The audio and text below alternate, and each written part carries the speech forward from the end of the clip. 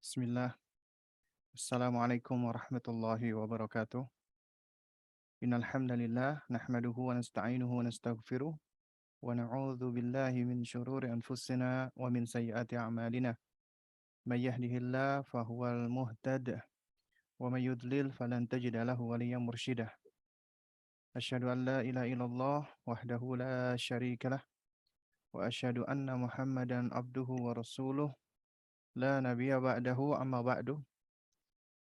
Fa inna asdaqal kalami kalamullah wa ahsanal huda huda Muhammadin sallallahu alaihi wa ala alihi wasallam wa syarrul umuri muhdatsatuha wa kullu muhdatsatin bid'ah wa kullu bid'atin dhalalah wa kullu dhalalatin finnar amma ba'du. Para akhwat wa ummahat wali murid dan guru dari Islamic Bulan Bintang Islamic School ya. Rahimani wa rahimakumullah. Alhamdulillah kita bersyukur kepada Allah Subhanahu wa taala di sore hari ini Allah memperkenankan kita untuk melanjutkan kajian kita ya. Namun kajian kita di kesempatan ini adalah kajian yang sifatnya tematik ya. Karena kita telah menyelesaikan sejumlah bab dari kajian rutin kita, yakni membahas tentang mendidik anak dengan bertanya jawab ya. Insya Allah di sore ini kita akan berbicara tentang bagaimana perbedaan mendidik anak laki-laki dan anak perempuan. Ya.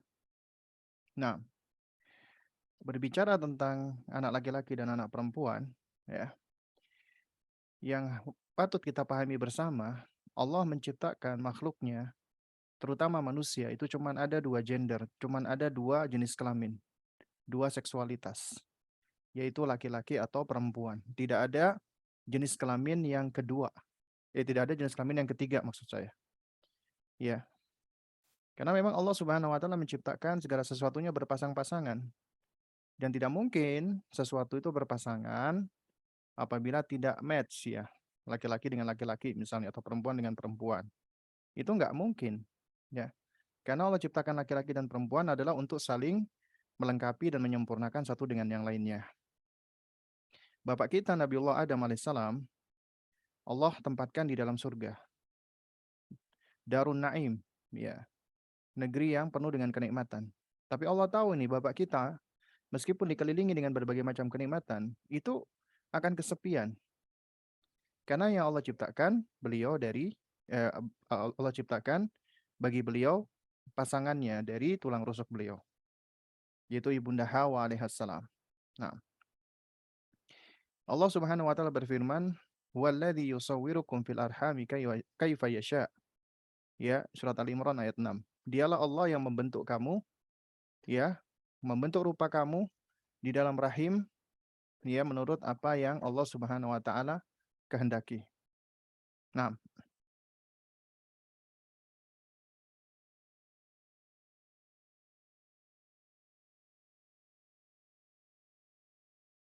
ya, Afwan tadi apa kepencet ya.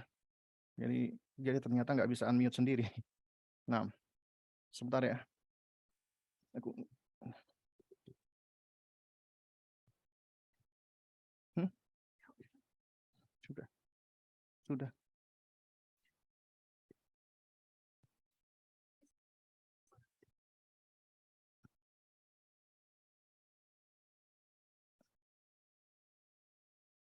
Hmm, hmm. Nah. Ya, kita lanjutkan. Ini mohon maaf ya. Nggak usah tahu situ aja. Ya, kita lanjutkan lagi. Dalam surat Al-Imran ayat 6 Allah berfirman, "Walladzi yusawwirukum fil arhami kaifa yasha." Dialah Allah yang membentuk kamu di dalam rahim ya sesuai dengan apa yang Allah kehendaki. Ibnu Katsir rahimahullahu taala menerangkan tentang ayat ini, beliau berkata, "Ai yakhluqukum kama yasha'u fil arhami min dzakarin wa untha." Yaitu Allah menciptakan kamu sesuai dengan kehendak Allah di dalam rahim, baik sebagai laki-laki atau wanita. Jadi Allah sudah tentukan manusia itu ketika bertumbuh dan berkembang di dalam rahim, laki-laki atau wanita, Allah sudah menentukannya. Nah, kita lanjutkan. Nah, kemudian selama beberapa abad ya, wanita itu seringkali dianggap sebagai makhluk inferior, makhluk kelas 2, direndahkan dan dihinakan. Islam datang, Islam memuliakan wanita. Nanti kita akan bahas. Karenanya, kalau kita perhatikan di dalam buku-buku parenting Islam atau Tarbiyatul Aulad, di situ ada larangan-larangan membenci anak perempuan. Ya, Allah sudah firmankan dalam surat An-Nahl 59 sampai 60. Kata Allah Subhanahu wa taala, "Wa idza busyira ahaduhum bil untha dhalla wajhuhu muswaddah wa huwa kadhim." Ya, padahal apabila seseorang dari mereka diberikan kabar gembira tentang kelahiran anak perempuan, wajahnya menjadi hitam atau merah padam dan dia sangat murka, marah. Sebelumnya Allah berbicara tentang mereka mengatributkan kepada Allah, Allah memiliki anak-anak perempuan. Ya, seperti Latta, Manat, Uzza, itu mereka katakan sebagai anak-anak perempuan Allah. Ya, tapi mereka sendiri ketika punya anak perempuan, mereka marah.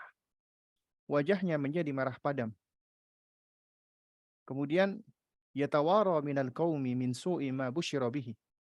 Dia bersembunyi dari banyak orang lantaran kabar buruk yang disampaikan kepadanya. Ayumsikuhu ala hunin au yadussuhu fit turab. Dia sedang berpikir-fikir nih, apakah akan dipelihara tapi dengan menanggung kehinaan ataukah akan ditanam atau dikuburkan di dalam tanah hidup-hidup. Ya, ala sa'a ma yahkumun. Sungguh keputusan mereka itu alangkah jelek dan alangkah buruknya. Ya, kata para ulama, kenapa buruk? Pertama, untuk Allah mereka mengatakan Allah punya anak perempuan. Yang kedua, mereka sendiri ketika ada anak perempuan, mereka nggak mau terima. Yang ketiga, ya Allah Subhanahu wa taala itu uh, menjelaskan tentang ini adalah karakter yang jelek, karakter yang buruk, ya, yaitu ketika mereka nggak suka dengan anak perempuan. Padahal nggak ada yang bisa memilih ya anak. Nah, lalu kemudian dalam Islam, anak laki-laki dan anak perempuan itu punya keistimewaan tersendiri masing-masing. Mereka tidak sama, tidak setara. Karenanya apabila ingin menyamakan dan menyatarakan laki-laki dan wanita, itu keliru besar. Ya, karena Allah menciptakan laki-laki dan wanita punya keistimewaan sendiri-sendiri.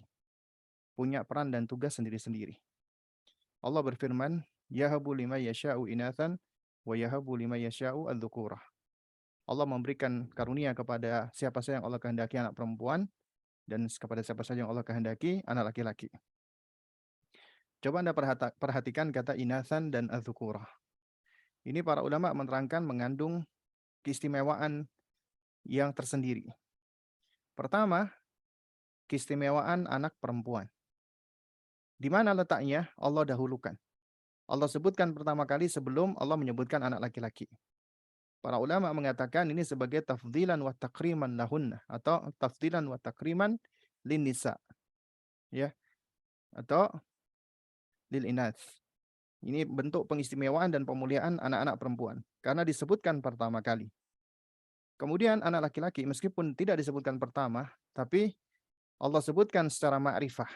Anda perhatikan, ya kata zukur itu diawali dengan alif lam. Az-zukur. Sementara anak perempuan adalah tidak diiringi dengan alif lam, yaitu diakhiri dengan tanwin. Itu menunjukkan nakirah, indefinitif. Kalau ma'rifah definitif. Ya. Nah, contoh begini ya. Ketika saya mengatakan Alkitabu dengan kitabun, itu meskipun sama-sama kitab, tapi berbeda. Alkitab artinya sesuatu yang sudah kita ketahui, kitab yang dimaksud. Ya, kitab yang sudah dimaksud udah ketahuan. Alkitab. Tapi kalau kita katakan apa namanya? Kitabun, maka belum ketahuan ini buku yang mana yang dimaksud. Kitab yang mana yang dimaksud. Jadi masih nakirah, indefinitif. Ya. Nah, jadi sesuatu yang ma'rifah, yang definitif itu lebih istimewa daripada yang nakirah. Ini kaidah. Dari sini kita bisa mengambil pelajaran bahwa anak laki-laki dan anak perempuan punya keistimewaan tersendiri yang berbeda, nggak sama. Nah, lalu karena wanita seiring dengan perkembangan zaman seringkali dijadikan sebagai makhluk inferior, makhluk yang rendah, makhluk yang kelas 2 dan seterusnya, maka Islam memberikan perhatian yang ekstra kepada anak perempuan. Setidaknya ada 3 keistimewaan anak perempuan, ya. Semuanya bisa kita singkat menjadi junna, janna, wa janib. Junnah sebagai tameng, perisai. Nabi SAW pernah bersabda, "Mani betuliya min hadhil banati bi syai'in kunna lahu sitran minan nar."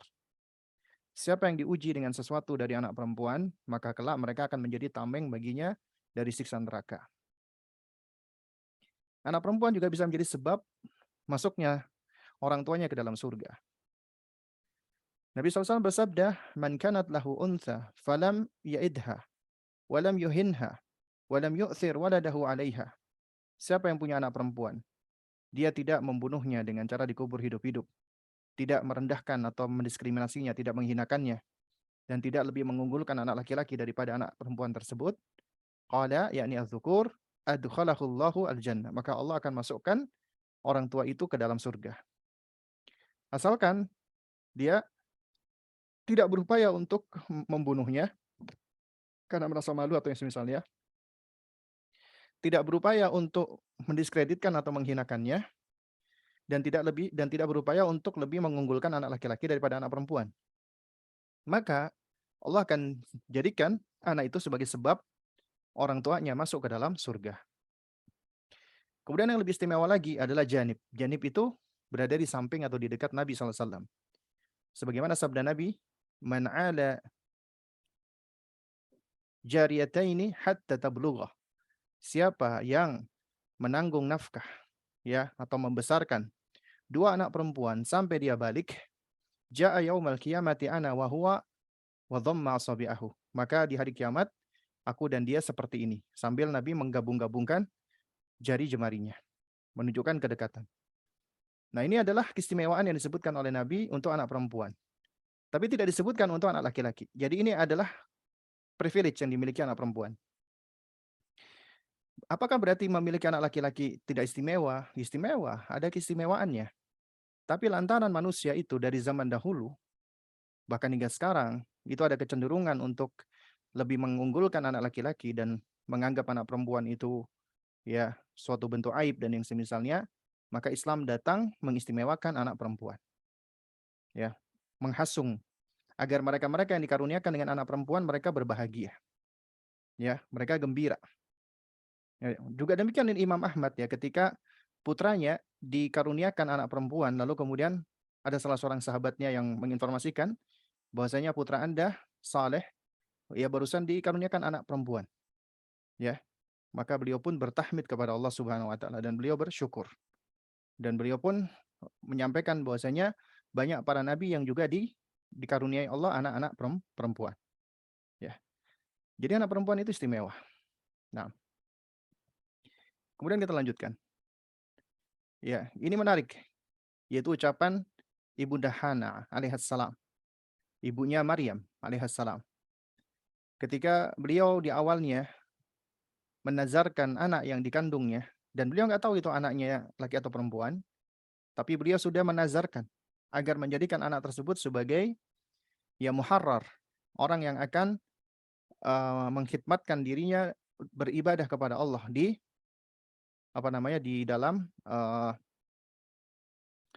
mihrab-mihrab, ya. Tapi ya ketika falamma wada'atha, ketika beliau melahirkan, ya, dan ternyata yang dilahirkan adalah wanita, maka Ibunda Hana berkata, "Inni wada'tuha, ya inni wada'tu untha." Ya, Ya Rabbi, wahai Rabbku, ya Rabbi, inni wada'tu untha. Aku melahirkan anak perempuan. Itu menunjukkan ketidaktahuan beliau. Nah, kemudian beliau mengatakan, "Walaysa dzakaru kal untha." Sementara anak laki-laki tidak sama dengan anak perempuan. Para ulama ahli tafsir menerangkan perkataan beliau ini, walaysa dzakaru kal untha, ya, itu menunjukkan kalimat iktidar, kalimat uh, permohonan maaf, bukan kalimat penyesalan, bukan kalimat kecewa, bukan. Ada sebagian orang mengira ini ya ucapan yang kecewa. Wah, anak perempuan, padahal pengennya laki-laki, bukan. Tapi ini apa, ucapan iktidar. Seakan-akan beliau minta maaf, ya Allah, aku ini menazarkan anak untuk bisa menjadi muharrar, ya, mengkhidmatkan dirinya beribadah kepadamu. Dan yang bisa sempurna laki-laki, tapi ternyata Allah karuniakan anak perempuan. Ya, wallahu a'lamu bima wada'at, dan Allah lebih tahu apa yang dikandungnya. Apa yang dikandung oleh Bunda Hana. Ternyata yang dilahirkan adalah anak perempuan. Dan anak perempuan ini adalah anak perempuan yang istimewa, yang tidak sama dengan anak-anak perempuan yang lainnya. Allah abadikan namanya di dalam Al-Quran. Satu-satunya wanita yang disebutkan namanya di dalam Al-Quran yaitu Ibunda Maryam alaihissalam. Dan Allah karuniakan ya beliau anak tanpa disentuh oleh laki-laki sedikit pun. Dan itu menjadi ujian sekaligus menjadi karomah bagi beliau. Ya, karena beliau dipilih oleh Allah. Beliau termasuk ya yang dipilih. Ya, sebagaimana kata Jibril alaihissalam, innallaha istafaki wa tahharaki. Allah memilih engkau dan mensucikan engkau. Ya, alal alamin, atas semesta alam. Dijadikan Maryam itu sebagai wanita yang terpilih. Nah, dan Allah jadikan Maryam itu memiliki keistimewaan. Makanya Nabi menyebutkan di antara pembesar para wanita yang menjadi penghulu ahli surga adalah Ibunda Maryam bintu Imran ya alaihi wassalam. Nah, dan ucapan ini itu mengandung penjelasan bahwasanya memang laki-laki dan perempuan nggak sama, beda. Tidak sama antara laki-laki dan wanita. Allah jadikan memang berbeda. Apa itu perbedaannya anak laki-laki dan anak perempuan? Banyak. Kita lihat pertama secara fisik dan morfologis beda. Dan perbedaan secara fisik, ya secara apa namanya bentuk, ya itu beda. Maka tentu fungsinya beda. Ya, itu udah menjadi apa ya maksudnya uh, kemampuan berpikir sederhana pada manusia. Sesuatu dengan ukuran dan bentuk berbeda maka memiliki fungsi yang juga berbeda. Nggak mungkin sama. Kemudian juga memiliki perbedaan otak, dimag. Ulama menyebutkan di antara maksud otak itu adalah al-afidah. Ya, sebagaimana Ibnu Katsir mengatakan ketika menafsirkan surat An-Nahl 78, wal afidatu wahyal ukul, dan afidah yaitu akal. Jadi afidah itu akal kata beliau. Nah, beliau mengatakan allati markazuha fil qalbi, yang mana senternya, pusatnya di hati. Nah, sebagian ulama berpendapat fid dimag, yaitu ada di otak. Ya, jadi di antara mereka berbeda pendapat tentang akal itu ada di mana. Apakah di hati ataukah di otak. Ya, ala kulihal, ya penelitian-penelitian menunjukkan ya ternyata otak manusia itu sangat sangat mempengaruhi ya. Mempengaruhi bagian tubuh yang lainnya. Ya. Nah, kemudian ada perbedaan emosional tentunya. Karena ini juga dipengaruhi dengan perbedaan ya fisiologis dan juga perbedaan otak tadi juga mempengaruhi perbedaan emosional. Lalu karena ada perbedaan emosional juga ada perbedaan behavior atau perilaku. Nah, oleh karena itu pastinya ada perbedaan tugas dan peran. Nggak sama. Allah jadikan laki-laki dan wanita nggak sama, berbeda. Makanya kita mendidiknya juga harus ya dengan cara yang tidak langsung disamakan begitu saja. Ya, karena yang namanya uh, mendidik itu harus adil. Adil itu maknanya bukan musawah, bukan sama rata. Bukan artinya harus sama, tidak. Adil itu artinya adalah meletakkan sesuatu pada tempatnya dan menunaikan sesuatu sesuai dengan haknya dan hajatnya. Itulah adil. Kalau kita perhatikan ya, bedanya fisik laki-laki dan fisik wanita, ya ini sesuatu yang tampak yang bisa kita saksikan sebenarnya, ya. Kita lihat dalam hal tubuh. Laki-laki itu lebih besar tubuhnya, ototnya lebih gede daripada otot wanita, ya. Otot laki-laki umumnya itu disebutkan 45%, sementara wanita 35%. Tapi otot wanita itu lebih fleksibel dibandingkan otot pria, ya. Karenanya seringkali dalam hal-hal yang bersifat, eee, motorik motorik halus, ya itu lebih banyak dikuasai wanita, bukan artinya laki-laki tidak bisa mempelajarinya. Karena ada perbedaan seperti ini dan perbedaan ini adalah perbedaan yang bisa dilatih sebenarnya, tapi otot laki-laki lebih gede daripada otot wanita. Tapi otot wanita lebih fleksibel. Demikian pula dengan tulang. Tulang ini sebagai kerangka, frame, di mana otot atau daging melekat dan menempel pada tulang. Nah, tulang laki-laki itu lebih gede, ya. Nah, padat dan berat daripada tulang wanita. Rasio tulang laki-laki 15%, wanita itu 14%, ya. Ini afwan ya, ada salah ketik, bukan 15%. Itu disebutkan 14%. Apalagi wanita seringkali ketika sudah punya anak, melahirkan dan masuk ke usia di atas 40, itu seringkali akan mengalami pengeroposan tulang dibandingkan laki-laki, ya. Kemudian bicara tentang lemak nih, secara morfologis, yaitu para ahli mengatakan lemak wanita lebih banyak daripada laki-laki, ya. Wanita itu ada sekitar 27%, laki-laki 16%. Umumnya ya demikian ya. Kita nggak bicara tentang laki-laki yang gemuk sama wanita yang kurus ya. Tapi kita lihat apa namanya, rasio secara umum. Demikian pula dengan kulit. Kulit pria itu cenderung lebih tebal dan kasar, ya. Jadi kulitnya kaum laki-laki itu lebih cenderung tebal dan kasar. Sementara kulit wanita cenderung lebih halus, lembut dan cerah. Karenanya wanita itu secara penampakan lebih indah daripada laki-laki, ya. Karena wanita itu kelihatan lebih halus, lebih lembut, lebih indah dan lebih cerah. Beda sama laki-laki, ya. Dan oleh karena itulah keindahan wanita yang tampak diantaranya dari kulitnya, karena kita tahu ya kulit itu diantara yang membentuk keindahan dan kecantikan wanita. Kita bisa lihat misalnya kulit yang keriput dengan kulit yang lembut, yang halus, yang ketat, ya itu biasanya kita akan lihat kulit yang ketat, yang mulus, itulah yang memancarkan kecantikan secara fisik ya, kita ngomong secara fisik, ya. Nah nah sehingga wanita itu secara penampilan memang diciptakan lebih indah. Karena itulah Allah Subhanahu wa taala memerintahkan wanita untuk menutupi auratnya dan aurat wanita lebih luas. Kenapa? Karena tubuh wanita itu lebih lebih indah sebenarnya daripada tubuh laki-laki dari sisi penampilan dan penampakan termasuk kulit. Sehingga di antara hikmah menurut para ulama, sebagian ulama, bahwasanya wanita itu lebih luas auratnya. Sehingga lebih harus ditutup dan dijaga. Karena keindahan itu ya agar semakin indah, maka dipelihara, diproteksi dan dijaga. Tidak dibuka dan diumbar begitu saja.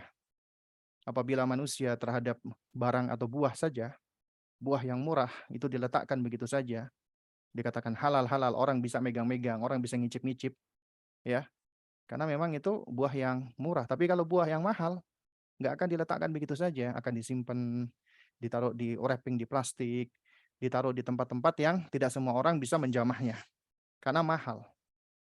Karena sesuatu yang mahal, yang memiliki value itu biasanya lebih terjaga. Ya, dan wanita adalah makhluk yang Allah ingin jaga, pelihara, ya. Nah, kemudian dari sisi rambut nih, ya, juga wanita memiliki rambut yang relatif lebih halus dan panjang ya, terutama di bagian kepala. Laki-laki itu rambutnya lebih tebal dan tumbuh di bagian wajah, di atas bibir, kumis, dan di bawah bibir atau jenggot. Nah, ini adalah perbedaan morfologis. Dari sini apabila secara feature saja, penampilan, penampakan beda, maka nggak mungkin Allah menciptakan sesuatu yang berbeda secara penampilan dan penampakan, itu harus disamakan, ya, harus disetarakan. Dan lucunya orang-orang feminis ya, mereka ini ketika menggembar-gemborkan tentang kesetaraan, ya mereka itu cuman pengen yang enak aja. Ketika ingin menjadi penguasa atau pemimpin. Tapi ketika berkaitan nih misalnya nih, ya, ada wanita dan ada laki-laki berada di angkot, kemudian mogok. Nah, biasanya siapa yang disuruh mendorong angkot? Laki-laki. Kemudian juga berkaitan sama aktivitas fisik kayak angkat-angkat barang. Ya biasanya siapa yang suruh angkat laki-laki? Kenapa demikian? Afwan.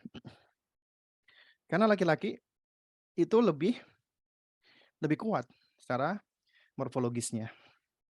Makanya laki-laki itu diletakkan tanggung jawab sebagai pelindung, penjaga, dan berkewajiban untuk memenuhi kebutuhan wanita.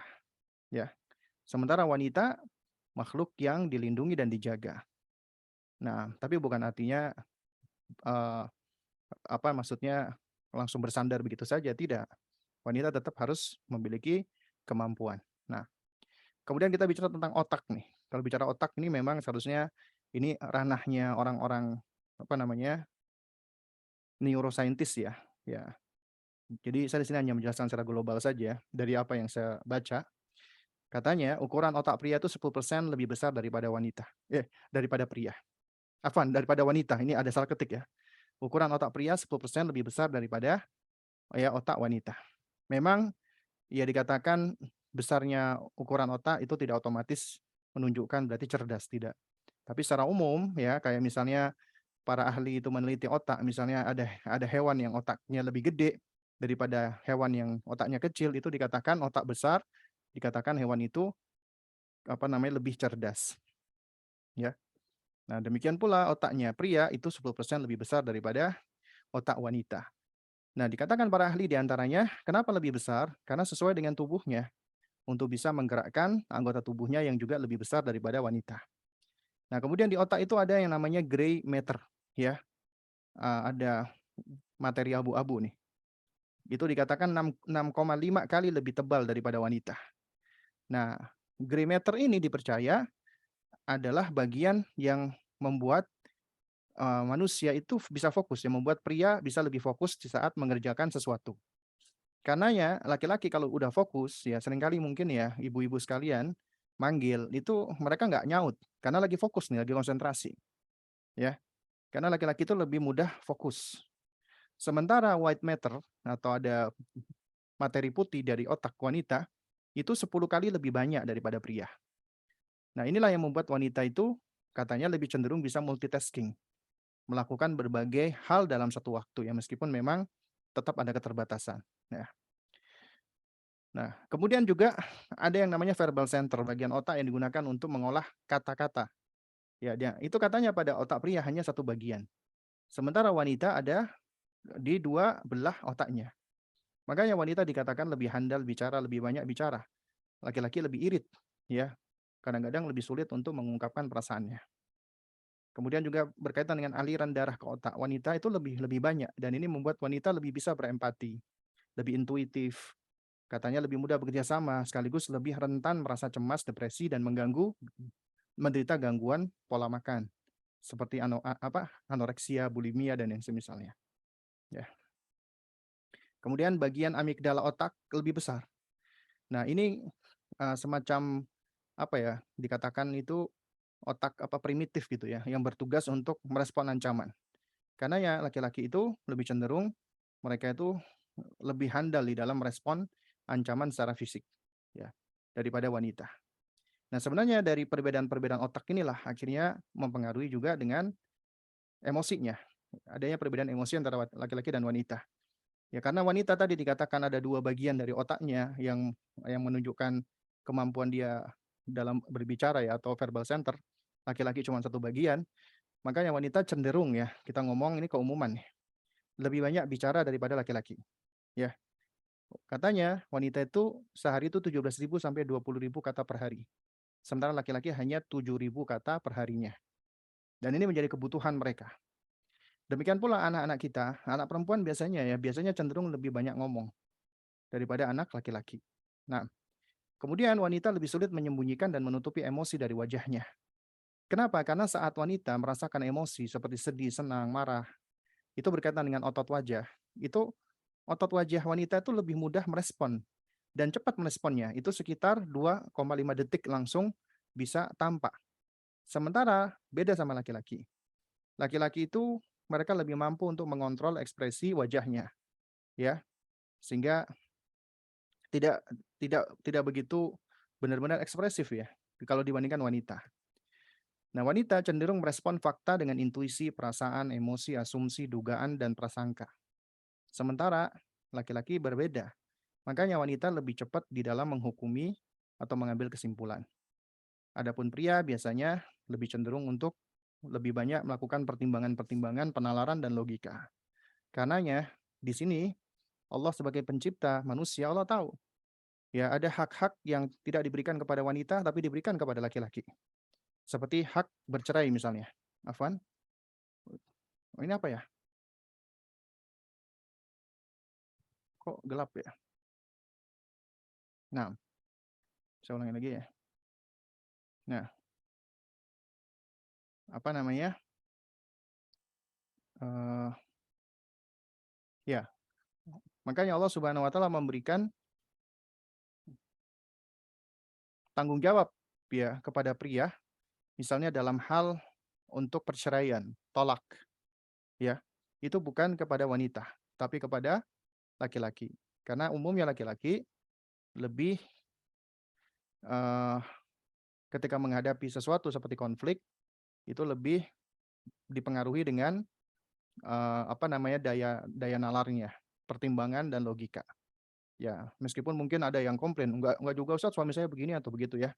Ya, jadi kita tidak bicara secara kasuistis ya. Kalau ada yang seperti itu berarti suami Anda ya mengalami hal yang dikatakan ya bisa dikatakan anomali gitu. Artinya dia keluar dari sifat sifat asalnya laki-laki gitu loh. Demikian pula mungkin ada wanita yang keluar dari sifat asalnya wanita.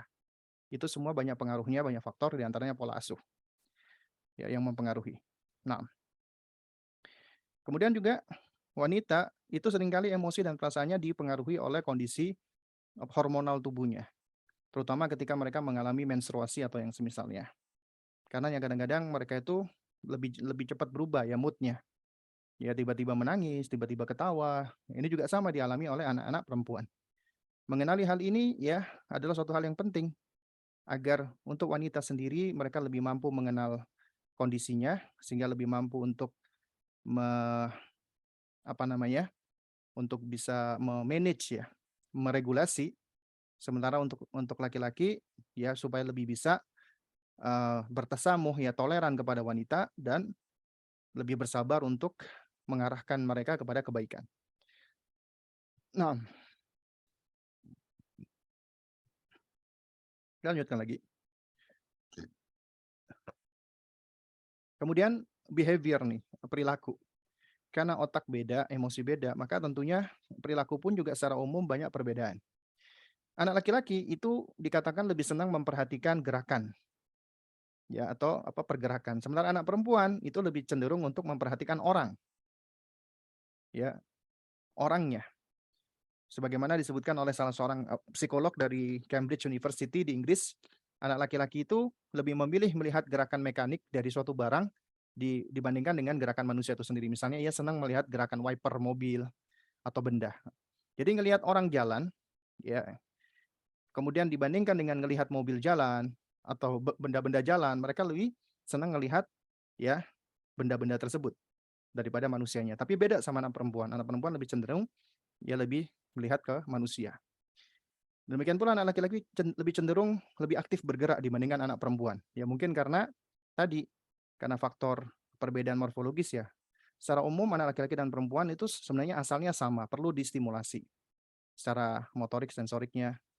Tapi kalau kita perhatikan biasanya anak laki-laki itu ya memiliki sifat yang unik, yang beda sama anak-anak perempuan umumnya. Anak laki-laki itu cenderung mereka lebih aktif gerak, ya. Seperti saat ini tadi ya. Saya ini saat ini kan sedang berada di Bogor ya, ada acara puncak tema, ada di sekolah anak usia apa anak anak teladan ya, sekolah anak usia dini.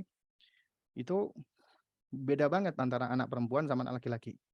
Anak perempuan tuh biasanya dia akan ketika bermain bersama itu cenderung lebih anteng, ngobrol. Anak laki-laki itu berlari-lari. Dia ke sana kemari, ya. Makanya anak laki-laki cenderung lebih aktif bergerak daripada anak perempuan. Nah, oleh karenanya sebagian orang makanya mengatakan anak perempuan itu sebenarnya lebih cepat perkembangan bahasanya. Ya meskipun ini butuh, eee, penelitian lagi ya, tapi ini sesuatu yang berangkat dari hasil observasi dan pengalaman. Umumnya anak wanita itu lebih banyak ngomongnya daripada anak laki-laki. Ya anak laki-laki itu lebih kalau bicara tentang orang, ya itu mereka lebih senang melihat apa yang dilakukan oleh orang, ketimbang memperhatikan wajah orang itu, ya. Kayak contoh nih misalnya ya, ada, eee, seorang kakek nih, ya dia punya cucu, cucunya ini usia 4 dan 5 tahun, yang satu laki, yang satu perempuan. Nah ketika si kakek ini dia lagi, eee, apa namanya, menyemir sepatu, itu yang laki-laki itu dia cenderung untuk memperhatikan dan ingin ngikutin. Sementara yang anak perempuan enggak, dia malah lebih banyak bertanya, kayak menginterogasi, gitu. "Kakek ngapain?" "Kakek lagi menyemir sepatu." "Oh, biar kenapa disemir? Biar bersih, biar ini." Tapi kalau anak laki-laki enggak, dia ngelihat, dia amati, dia tiba-tiba bilang, "Kek, aku ingin nyoba," gitu, ya. Nah, itu di antara, eee, ya kita bisa lihat ya sebagian dari perbedaan behavior. Nah, tapi di sisi lain dikatakan juga anak perempuan itu lebih senang meniru.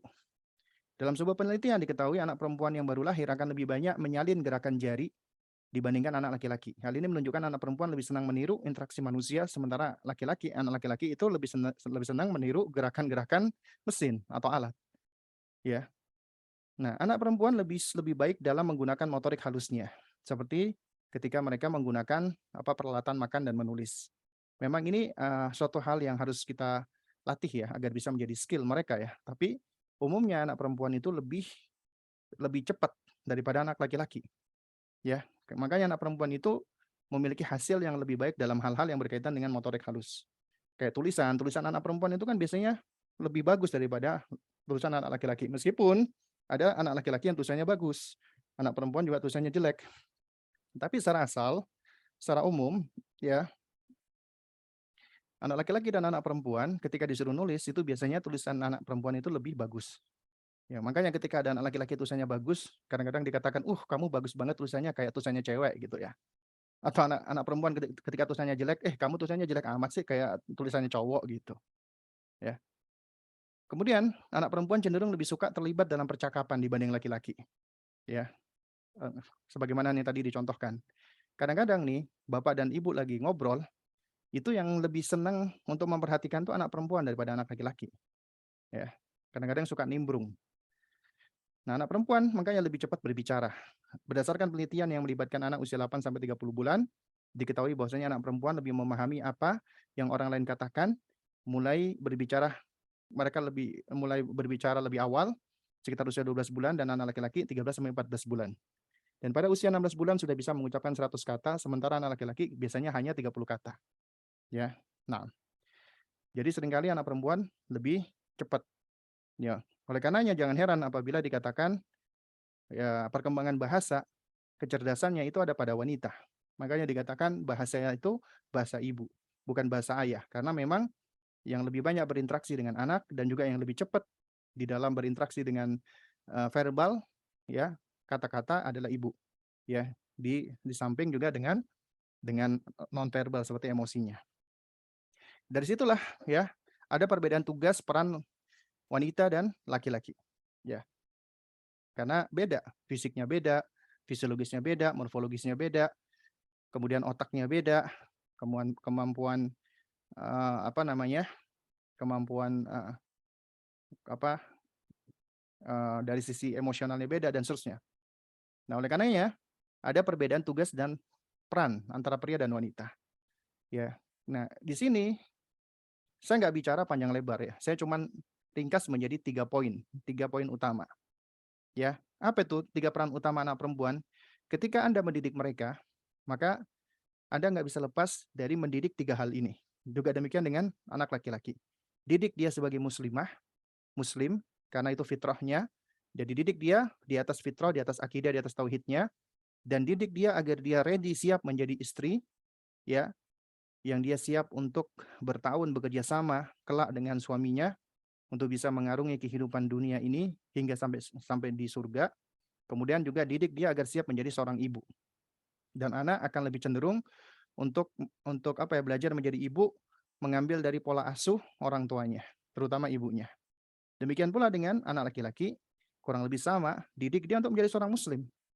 Karena ya atribut yang selalu menempel kepada kita dari semenjak bayi hingga kita meninggal dunia, ya insya Allah adalah fitrah keislaman kita, muslim. Ya. Nah, kemudian didik mereka agar siap menjadi seorang suami yang bisa memimpin, mengayomi, menjadi qawam. Nah, maka harus dipelihara dan dijaga sifat-sifat apa? Kemaskulinitasannya, ya, sifat-sifat dzukura, ya, sifat-sifat maskulinnya. Dan agar juga dia bisa menjadi ayah yang baik. Maka itu tugas kita.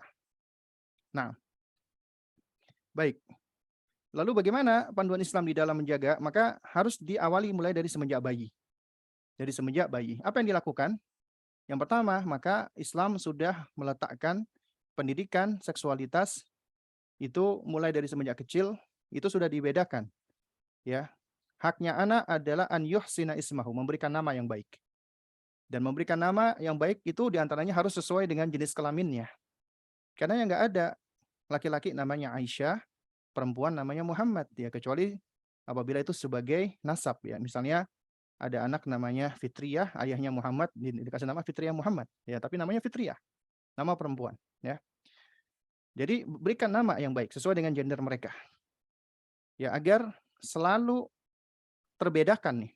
Makanya ulama itu mereka cenderung memakruhkan, membenci pemberian nama-nama yang bersifat unisex. Kayak contoh misalnya nama Eka, Dwi, Tri, ya. Kenapa? Karena itu nama-nama yang bisa dipakai laki-laki dan perempuan. Tapi biasanya ada beberapa orang itu dikasih tambahan, misalnya Ekawati, oh berarti pasti perempuan, ya. Atau misalnya Dwi Purnamasari misalnya, oh berarti itu perempuan. Tapi kalau cuma Dwi saja, Eka saja, itu seringkali tidak ketahuan gendernya laki-laki atau wanita, ya. Dan di antara sunnahnya adalah memberikan nama anak saat mereka dilahirkan, saat mereka udah tahu gendernya. Dan kemudian memberikan nama yang punya makna yang baik dan jelas gendernya. Kemudian setelah itu akikoh, itu haknya mereka. Kita mengakikohkan mereka. Nah, ternyata itu ada perbedaan yang dilakukan, yang ditentukan oleh Nabi. Disunahkan nih, sunnah bukan wajib. Anak laki-laki itu diakikohkan dengan 2 ekor kambing, anak perempuan 1 ekor kambing. Ini sesuatu yang dituntunkan oleh Nabi. Maka kita nggak perlu mempertanyakan, kenapa ya Rasulullah? Kenapa Rasulullah kok laki-laki 2, kenapa kok wanita 1, kok seperti itu? Karena apa yang Nabi lakukan ini tentunya tidak lepas dari hikmah yang besar. Baik kita tahu ataupun tidak tahu. Ya, ala kulli hal adalah ternyata emang beda laki-laki dan wanita. Ya. Kemudian dalam hal mencukur rambut nih. Ya, itu ulama berijma, laki-laki itu dianjurkan untuk dicukur rambutnya ketika dia masih bayi, ketika akikoh, itu dicukur kemudian ditimbang. Tapi menurut ya sebagian mazhab, di antaranya mazhabnya Imam Ahmad, anak perempuan tidak dianjurkan untuk dicukur rambutnya. Kenapa? Karena pertama, ya sunnah-sunnah yang dilakukan itu, yang dilakukan oleh Nabi itu dilakukan kepada cucu Nabi yang laki-laki, Hasan, Husain, atau sahabat yang laki-laki. Jadi beliau tidak mendapati ada riwayat yang menunjukkan anak perempuan dicukur rambutnya. Kedua, rambut bagi wanita dengan laki-laki itu beda. Rambut bagi wanita adalah mahkota. Karenanya dibenci bagi wanita itu memotong pendek rambutnya. Ya. Sementara juga dibenci bagi laki-laki memanjangkan rambutnya melebihi daripada bahunya. Karena itu akan sama seperti perempuan. Ya. Kemudian mengkhitan bayi. Ya, ulama berbeda pendapat. Ada yang mewajibkan bagi laki-laki, ada yang mengatakan tidak wajib. Pendapat yang lebih kuat wajib. Tapi tentang anak perempuan, ya, itu pendapat yang lebih kuat adalah tidak wajib bagi mereka anak perempuan untuk dikhitan. Ya. Tidak wajib. Namun apabila memang orang tuanya ingin mengkhitan, silakan. Kemudian wanita itu adalah tubuhnya tempat perhiasan, beda sama laki-laki. Karenanya boleh menindik bayi perempuan.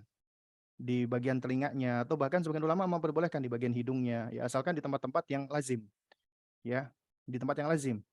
Ada yang tempat yang nggak lazim seperti di alis atau di pipi atau di bibir, maka itu suatu hal yang tidak lazim, bisa mengganggu dan dikhawatirkan juga bisa tasyabbuh alal kufar, ya. Sementara anak laki-laki secara asal tidak boleh diberikan perhiasan, ya, nggak boleh ditindik, nggak boleh dipasangin kalung, gelang, itu untuk perempuan. Nah, kemudian juga ada hukum-hukum fikih yang berbeda, misalnya tentang hukum kencing nih, kencing anak bayi, ya, yang menyusui ASI. Kalau anak laki-laki ketika kena di tubuh kita cukup diperciki air. Tapi kalau anak perempuan itu dibilas, tidak dipercik, ya. Nah, ini adalah keterangan yang diberikan oleh Nabi. Maka kita sami'na wa ata'na. Nah, kemudian anak usia 2 sampai 7 tahun, ya. Maka ini adalah fase di mana kita udah mulai menumbuhkan pemahaman mereka atas seksualitas dengan cara memperlihatkan, karena mereka di sini menjadi anak yang pandai mengimitasi, meniru dan mencontoh. Makanya orang tuanya harus membersamai, ya, agar mereka memperhatikan antara abinya dan uminya. Kemudian menstimulasi indera penglihatannya dan kognitifnya dengan memberikan uswah, ya, dari orang tua seperti dari pakaian. Ya, anak udah ngelihat nih ibunya berjilbab ketika keluar, bapaknya tidak. Dari penampilan misalnya ayah tampak posturnya lebih kuat, berjenggot, suaranya lebih ngebas, ibunya lebih lembut, ya, dan seterusnya. Jadi mereka sudah memperhatikan. Kemudian juga mengajarkan adab-adab Islam. Mulai dari toilet training, ya, kita ajarkan istinja, karena ini skill yang harus diajarkan. Kemudian berpakaian juga harus dibedakan, ya. Anak bayi nggak apa-apa, ya, pakai pakaian unisex. Karena ya pakainya itu aja. Tapi ketika udah 2 tahun hendaknya dibedakan. Anak perempuan udah dibiasakan untuk memakai pakaian-pakaian wanita. Ya, ada tanda-tanda kewanitaan di situ, tanda-tanda feminitas. Laki-laki juga sama, ditunjukkan tanda-tanda maskulinitas dari pakaian. Kemudian juga ketika bermain, ya. Ketika bermain, anak di usia dini termasuk 2 sampai 7 tahun, maka tidak sepatutnya mereka dipisah. Biarkan mereka berinteraksi karena itu proses mereka saling mengenal gendernya, ya.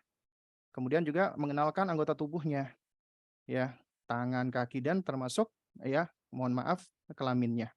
Dan ajarkan itu adalah sesuatu hal yang harus ditutup, tumbuhkan rasa malu, nggak boleh diperlihatkan, ya. Nah, kemudian belum memisahkan anak perempuan dan laki-laki dalam interaksinya, agar mereka tetap bisa belajar berinteraksi dengan lawan jenis, sementara mereka masih belum terlarang melakukannya. Nah, kemudian anak yafi 7 sampai 10 tahun, hendaknya anak laki-laki diajak sholat berjamaah di masjid, anak perempuan dengan ibunya di rumah. Kemudian udah diajarkan bab toharoh, karena udah diperintahkan sholat, maka diperintahkan juga perkara-perkara yang dapat menyebabkan sholat menjadi sah, diantaranya menutup aurat. Kemudian toharoh, bersuci, ya. Maka mereka harus sudah diajarkan cara istinja lebih detail lagi, ya, termasuk cara mandi janabat.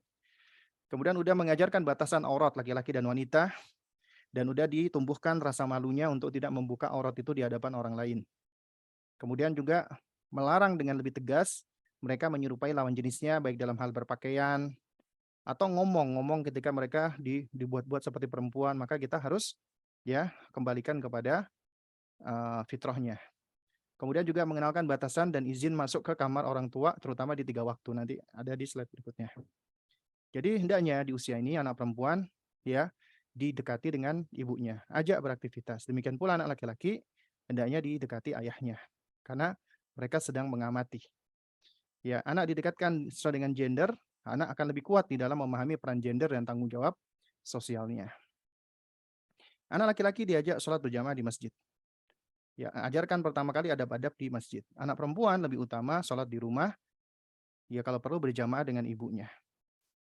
Itu kita udah masuk ke mendidik mereka tentang sholat. Kemudian ajarkan batasan aurat, ya.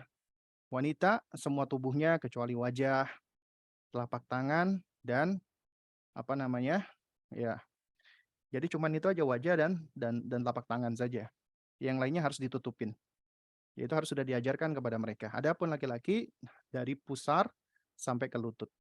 Kalau ada yang nanya, "Umi, Abi, kenapa kok auratnya laki-laki dan wanita itu berbeda?" Ya karena memang laki-laki dan wanita itu beda, Nak. Allah sebagai pencipta yang lebih tahu bedanya. Allah lebih tahu apa yang paling baik ya dengan kita. Allah ciptakan wanita, perempuan, wanita dan perempuan itu punya keunikan, punya keistimewaan, punya perbedaan dengan laki-laki. Allah yang lebih tahu. Dan ketika Allah memberikan aturan, aturan Allah itu adalah aturan yang menunjukkan perhatian Allah, cinta Allah. Ya. Dan itu pasti mengandung kebaikan. Nah, kemudian kita ajarkan mereka untuk melarang menyerupai lawan-lawan jenis. Apalagi sekarang udah banyak konten-konten yang mengerikan, ya. Anak-anak itu sudah diajarkan untuk mau apa ya namanya mengekspos uh, kelainan-kelainan fitrahnya, ya, atau kelainan kejiwaannya akibat dari tontonan-tontonan yang dan yang semisalnya. Kita harus tegas.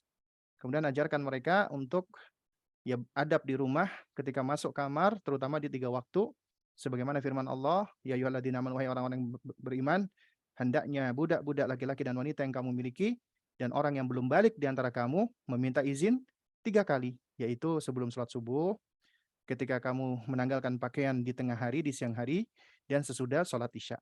Nah, itulah 3 aurat bagi kamu, kata Allah. Tidak ada dosa atasmu dan tidak pula atas mereka selain dari 3 waktu itu. Mereka melayani kamu, sebagian kamu ada keperluan kepada sebagian yang lain. Demikianlah Allah menjelaskan ayat-ayat bagi kamu, dan Allah Maha mengetahui lagi Maha bijaksana. Nah, baik. Lalu kemudian, ya di usia zawar, ya hendaknya anak laki-laki dekat sama ibunya, karena mereka akan belajar memahami karakter wanita, sehingga mereka tumbuh bisa menghormati dan memuliakan wanita. Anak perempuan hendaknya lebih banyak juga ayahnya membersamainya, agar bisa lebih belajar tentang karakter laki-laki dan bisa menyerap dan menjadi uh, cinta pertama bagi anak perempuan tersebut dan pahlawan baginya yang akan mengisi cangkir uh, apa namanya cangkir apa perhatian dia. Dia butuh diperhatikan oleh laki-laki. Karena apabila itu kosong, dia akan apa namanya membuka dirinya kepada setiap laki-laki yang dia temui, dan itu berbahaya. Dia akan menjadi kehausan. Apabila kita sudah isi, maka dia akan menjadi wanita yang berprinsip, teguh, tidak mudah dirayu laki-laki. Nah, jadi tujuannya agar mereka bisa belajar memahami dan berempati dengan gender lawannya. Ya. Nah, kemudian anak usia hazawiro 10 sampai balik sama kurang lebihnya tentang sholat lebih intens, laki-laki diajak ke masjid, perempuan di rumah. Boleh di masjid, tapi lebih utama di rumah. Kemudian juga lebih intens mengajarkan anak tohara dan mandi janabat. Harus sudah lulus tuh mandi janabatnya. Kemudian lebih intens lagi mengajarkan batasan aurat. Ya, dan udah disertai ancaman-ancaman apabila mereka meninggalkan sholat, apabila mereka wudhunya tidak benar, karena di antara kebanyakan siksa kubur adalah mereka-mereka yang tidak ya menjaga dirinya ketika mereka beristinja, ketika mereka kencing. Ya. Kemudian di usia ini harus sudah dipisah laki-laki dan wanita. Baik tidurnya ataupun interaksi bermainnya. Jadi jangan dibiarkan lagi mereka bermain ya begitu saja ikhtilat. Kemudian udah mengajarkan mereka tentang ciri-ciri balik ya pubertas agar mereka siap. Kemudian mengenalkan mereka tentang mahram dan jelaskan tentang ancaman-ancaman dari kelainan-kelainan dan kemaksiatan seksual. Ya, ajarkan tentang haramnya khalwat, ikhtilat, pacaran, dan ghadul basar. Nah, jadi ajarkan lebih detail tentang tohara dan mandi janabat agar ya mereka ketika beribadah ibadahnya itu menjadi sah dan lebih sempurna. Kemudian ajarkan mereka agar tidak lagi berinteraksi, berikhtilat atau berkholwat dengan lawan jenisnya. Pisahkan tempat tidur mereka, ya. Kemudian juga jelaskan tentang ciri-ciri balik ya. Anak laki-laki mimpi basah, sudah mulai tumbuh rambut pubis, ya, rambut kemaluan, atau udah genap usia 15 tahun. Wanita kadang-kadang mimpi basah, udah tumbuh rambut-rambut dan mengalami haid atau udah genap 10-15 tahun. Ya. Jadi kita harus tahu ini tentang hal ini, harus kita ajarkan.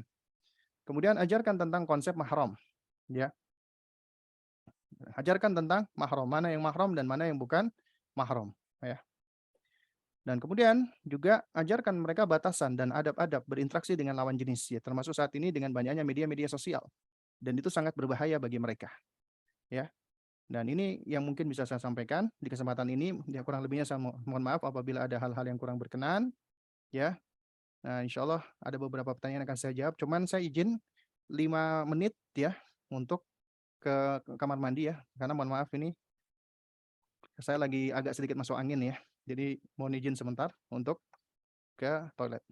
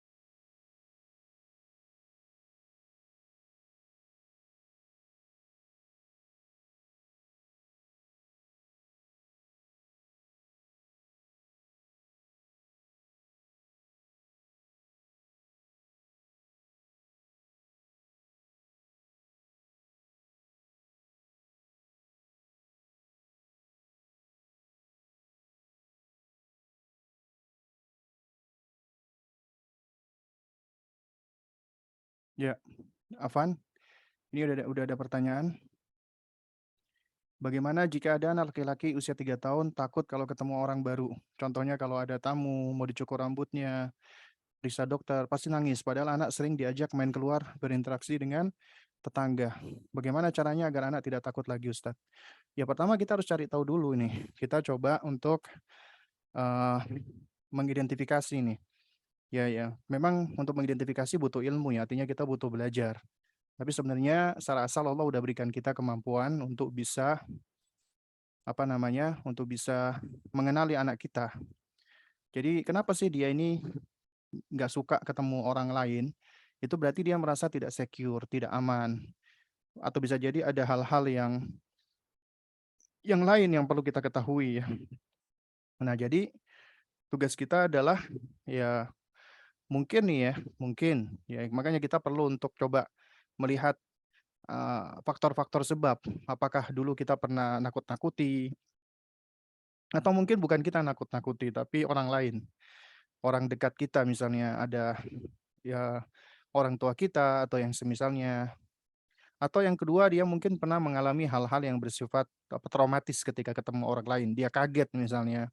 Mungkin ada orang nggak bermaksud ngagetin, tapi dia tiba-tiba muncul nongol, orangnya dalam keadaan pakai baju yang membuat ngeri misalnya ya, karena secara asal manusia itu kan bisa berasa ngeri kan, ya kemudian dia merasa takut. Nah intinya adalah kita harus membangun tadi eh, supaya dia berasa aman, nyaman, dan kemudian dia percaya diri. Maka pelan-pelan kita didik dia dengan menumbuhkan kepercayaan dirinya, kita akui, kita hargai dia, jangan kita takut-takuti, jangan kita tuntut. Kayak misalnya kamu gitu aja takut sih, masa sih kamu takut? Jangan. Ya, kita tanya, adik kenapa adik kok takut sama orang tadi? Coba lihat orang tadi baik loh. Ayo coba nanti, jangan malah kita paksa dia untuk nggak takut karena perasaan ini seperti ini muncul ya seringkali tanpa disadari, tanpa diinginkan. Maka kita harus ya melakukan pendekatan dengan cara yang baik. Nah, bagaimana jika ada seorang ayah selalu merendahkan dan meremehkan istrinya hanya karena kesalahan-kesalahan kecil dengan selalu membawa dalil? Perempuan itu lemah dan banyak kekurangan-kekurangan. Jadi seolah-olah laki-laki itu paling cerdas dibanding wanita dan wanita itu bodoh. Sehingga si istri sering merasa bodoh dan hilang percaya diri. Ya memang tidak sepatutnya seperti ini ya. Ini adalah suami yang sadar nggak sadar melakukan abuse ya kepada istrinya, apalagi dengan dalil ya itu suatu hal yang nggak baik ya. Karena tugas suami tidak mengabuse, ya tidak mengancam-ngancam istrinya kecuali istrinya memang layak diancam. Yang jadi permasalahan apakah memang layak istrinya diancam, ya kan? Apakah layak istrinya itu udah langsung ditakut-takuti dan difonus seperti itu, apalagi dikatakan uh, bodoh lah dan lain sebagainya. Ini tentunya suatu hal yang sangat tidak baik sekali.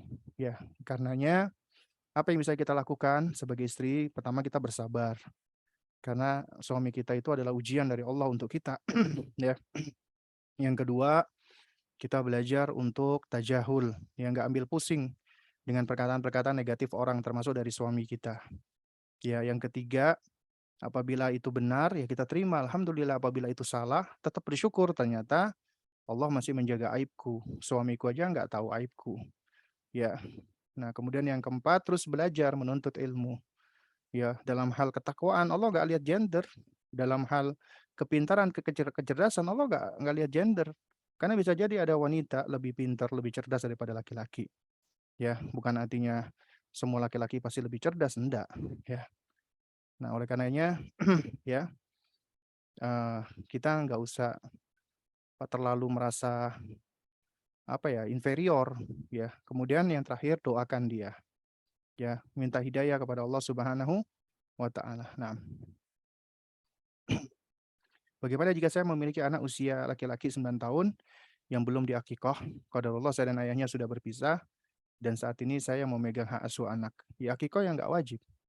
Kalau memang nggak punya kemampuan, maka tidak diakikohkan pun juga tidak mengapa.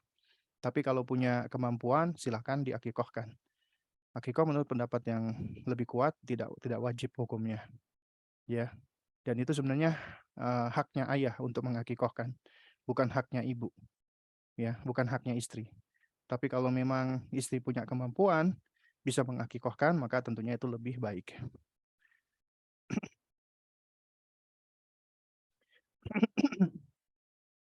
Slide nanti akan dibagi kepada panitia, insyaallah. Untuk anak perempuan SMP apakah dimasukkan pondok atau full day ya? Anak perempuan lebih baik tidak dipondokkan. Ya sampai dia sudah balik, ya setidaknya sampai dia SMA. Karena anak perempuan itu lebih baik tinggal sama orang tuanya. Ya, apabila orang tuanya bisa mendampingi dengan kebaikan, yaitu yang lebih baik ya. Nah, bagaimana jika anak laki-laki usia 18 tahun tapi perilakunya seperti ada perilaku perempuan? Ya harus dicari tahu ya, seperti apa realnya, kemudian kenapa dia melakukan hal seperti itu. Ya kita harus berusaha untuk apa? Untuk apa namanya? Untuk ibaratnya mengidentifikasi gitu loh. Mendiagnosa dalam tanda kutip ya, meskipun memang diagnosa itu butuh ilmu ya. Tapi setidaknya kita ya harus berusaha untuk mengenali kalau itu anak kita. Kenapa dia ada kecenderungan sifat-sifat femininnya? Apakah itu sudah parah atau tidak gitu loh. Kalau hanya sekedar misalnya gerakan atau gestur tubuh, maka itu bukan artinya dia dikatakan mohon maaf ya banci atau enggak, bukan ya. Kayak misalnya kayak dokter Boyke itu kan juga secara gestur kan juga cenderung untuk melambai, tapi bukan artinya beliau itu dikatakan ya mohon maaf ya banci, tidak gitu loh. Karena banyak faktor sebenarnya kenapa ada sosok laki-laki itu cenderung untuk melambai, tapi bukan artinya dia mengalami kelainan seksualitas. Ya, nah, jadi harus dicari tahu. Kita yang cari tahu, kalau kita nggak mampu, kita boleh konsultasi kepada orang yang memiliki kemampuan, konsultasi kepada profesionalnya. Nah, umur berapa dalam Islam anak harus bisa tidur dengan orang tuanya? Ya, setidaknya ya maksimal 10 tahun. Ya, itu udah maksimal. Bagaimana mengobati anak yang sudah terlanjur terluka batinnya? Ya harus harus kita obati dengan cara kita minta maaf dan kita perbaiki bagaimana kita berinteraksi dengan anak kita tadi gitu loh. Harus dengan lebih lemah lembut, dengan lebih baik lagi, dengan ilmu, dengan hikmah. Bagaimana caranya jika berbicara dengan anak laki-laki? Kadang sangat susah sekali dibilangin atau kelakuan yang sudah diberitahu tidak boleh ternyata diulangi lagi. Ya, memang mendidik itu butuh seni ya, butuh upaya, butuh effort. Dari upaya itu akan membangun pengalaman kita. Karena bisa jadi kita punya beberapa anak, anak perempuan kita kok lebih mudah dibilangin, anak laki-laki kok susah. Ya, karenanya jangan dibanding-bandingkan, tiap anak unik. Maka lakukan pendekatan sesuai dengan keunikannya. Kalau dia susah dibilangin, cari tahu kenapa dia kok susah dibilangin. Ya, apakah mungkin karena dia nggak ngerti instruksi kita, atau karena dia lagi fokus dengan sesuatu, atau karena dia lagi mencari perhatian, atau karena ini dan karena itu, ya cari tahu. Ya, dengan cara apa? Dengan cara kita alih-alih berteriak-teriak, lebih baik kita duduk, ya dudukkan dia, ya selevel dengan kita, pandang wajahnya, lihat matanya, kemudian kita sampaikan, ya, nak, kamu tadi dengar Umi ngomong nggak? Ya, pegang dia, tatap matanya. Kamu dengar nggak, nak? Kalau dia nggak menjawab, tanya lagi. Kamu sekarang mendengar Umi bicara tidak? Tapi dengan cara baik, tapi mengandung ketegasan. Ya, jadi nggak mesti harus ngomong teriak-teriak dan lain sebagainya. Seringkali kalau misalnya kita nih ya udah ngasih instruksi 3 kali nggak didengar, berarti itu cara kita yang salah. Itu udah pasti itu. Cara kita yang keliru. Ya. Nah, berarti kita harus memperbaiki cara cara kita. Jangan langsung kita menuntut anak-anak kita langsung mau mendengarkan kita. Jangan. Dan masih banyak cara untuk supaya kita bisa dimengerti dan bisa didengerin. Nah,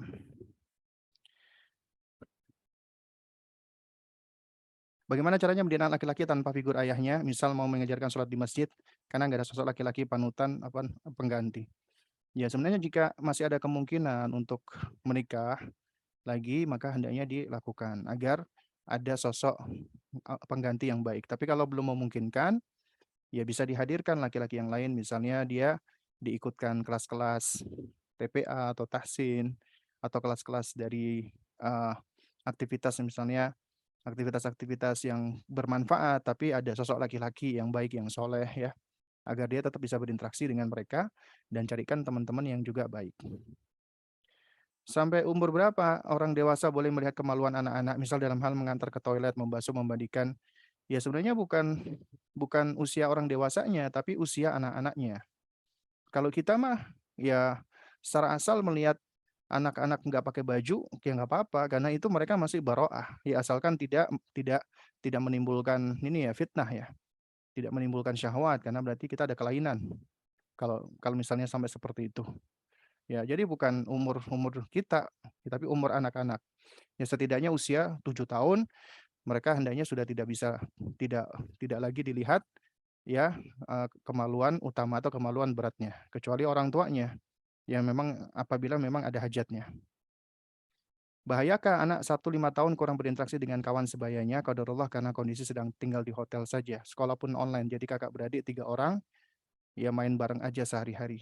Ya sebenarnya tentunya, inilah di antara ya generasi saat ini ya, generasi Covid ya, generasi apa namanya, generasi pandemik ya. Banyak di antara anak-anak itu yang mereka kurang berinteraksi dengan teman-teman sebayanya. Sebenarnya ya kalau dibilang apakah ada dampaknya, ya tentunya ada, tapi itu tergantung kepada kita sebagai orang tua.